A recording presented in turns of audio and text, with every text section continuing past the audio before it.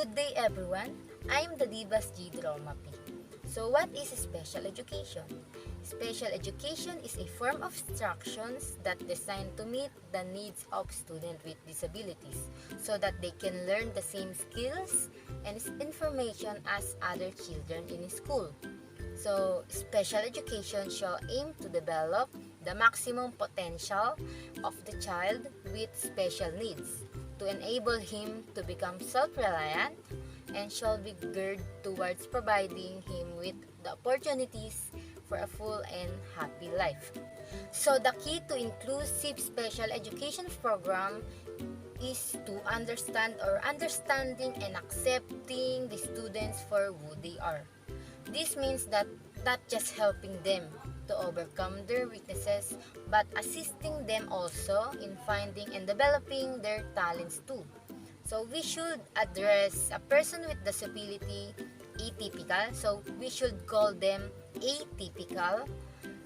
Don't use slang words just like abnormal, crippled, or retarded, and other unusual names that makes them uncomfortable.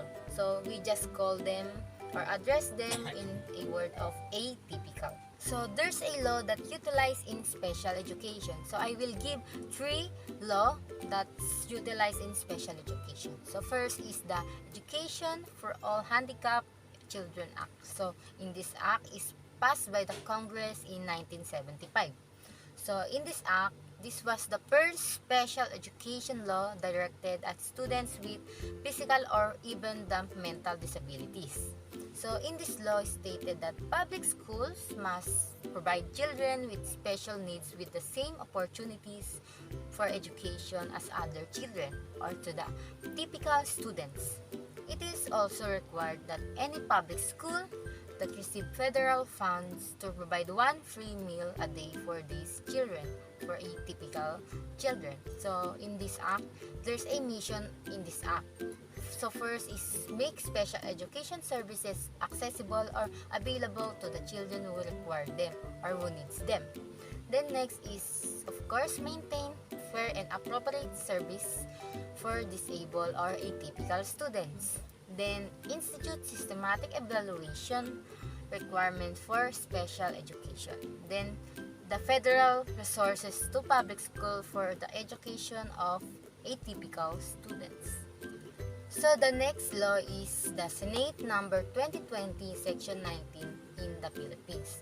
So in this law is about the special instructional materials. So the publishers shall grant to the DepEd through the Special Services and Auxiliary Aids Division or SSAAD the authority to transcribe adapted instructional materials into Braille, large type and audio type without penalty or royalty.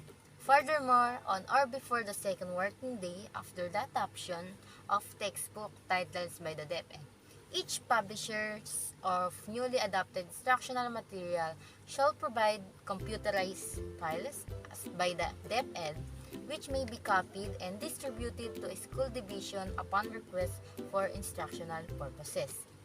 So, in this law is we need more wide and broad instructional materials for the atypical students.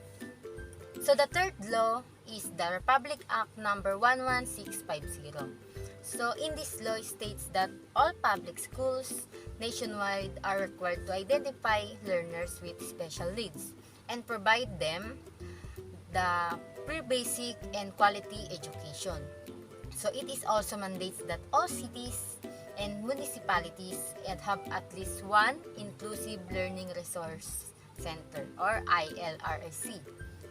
So in this law is they need to provide. So this law is in the Philippines. So they need to provide the basic and quality education to the atypical person.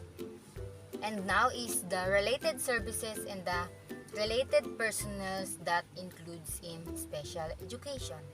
So the related services that help children with disabilities benefit from their special education by providing extra help and support in needed areas, such as speaking or moving. So related services can include but are not limited to is any of the following. So first is speech language pathology and audiology services. The next is interpreting services. So in interpreting services, from the word itself, is the one who interpret what they need to say. Then next is the psychological services. Then next is the physical and occupational therapy. Recreation, including therapeutic recreation. Then next is the early identification and assessment of disabilities in children. And counseling services, including rehabilitation counseling. And next is orientation and mobility services. And next is the medical services for diagnostic or evaluation purposes.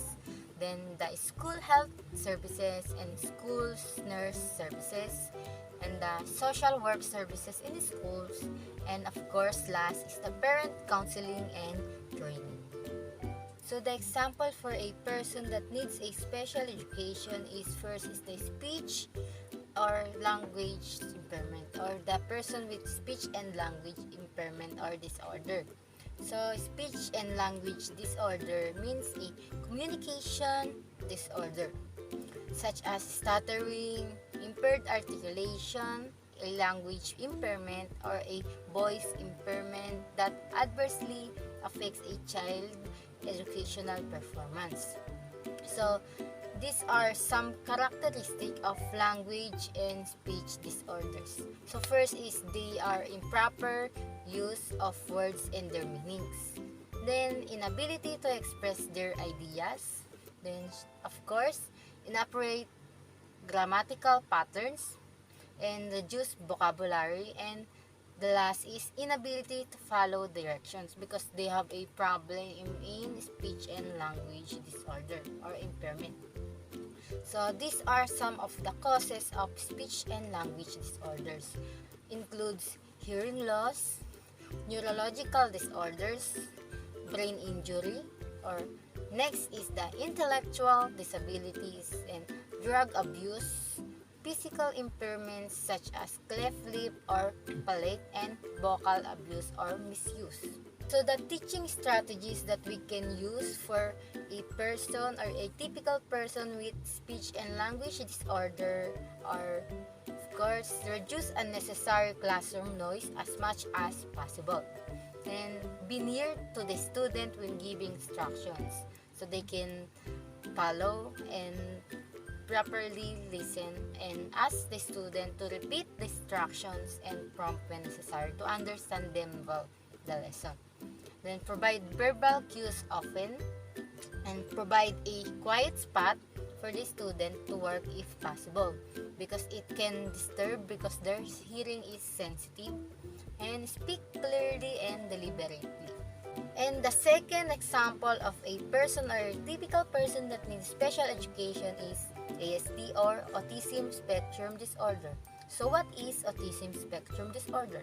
So this is a developmental disability caused by differences in the brain. So people with ASD or Autism Spectrum Disorder often have problems with social communication and interaction, and restricted or repetitive behavior, and any different ways of learning, movement, or paying attention.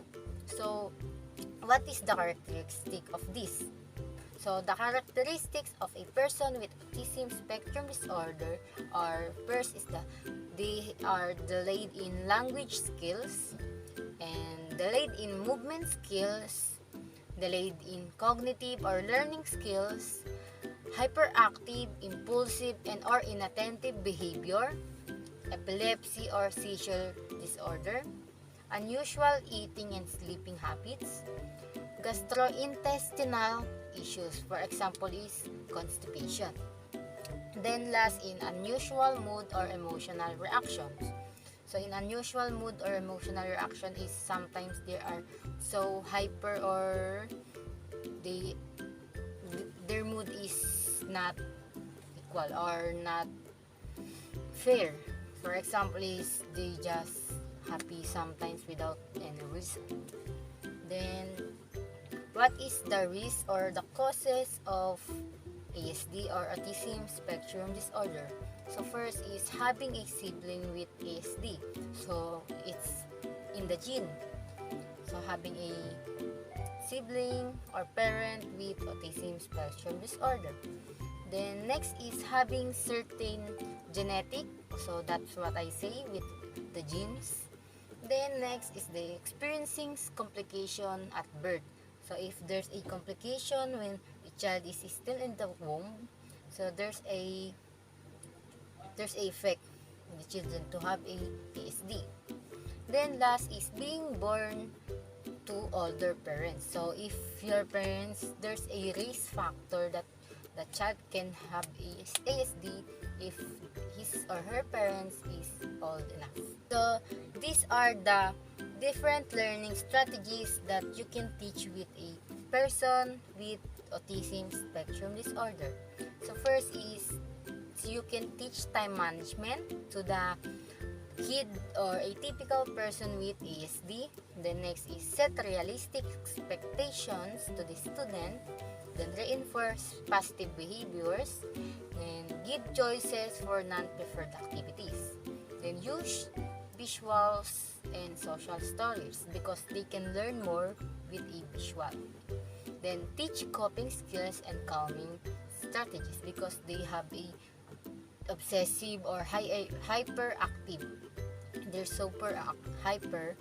So this strategy can help them to be calm more. Then practice some transitions because they are sensitive in any disturbance with their schedule or routine. Then be consistent in each day. So special education or inclusive education is important to have a knowledge because you can understand more about students in every aspects of life, and will understand the different kinds of kids and the different types and kinds of learning and teaching strategies. So you will have a broad and wide knowledge about the children, and you will be flexible in teaching strategies because you will need to reach out every student and you need to enter the life of a student to understand them well. So according to Albert Einstein, everybody is a genius, but if we judge a fish by its ability to climb a tree, it will live its whole life believing that it is too big because all of us has a different mission or different learning, and if you stay put in one place thinking that you are just in there, so you are just in that circle or in your comfort zone. You need to be out in your comfort zone to live and find your true mission in life. So if a child can't learn the way we teach, maybe we should learn or we should teach them the way they learn or the way they need to be learned. So that's all. Thank you for listening. Bye-bye.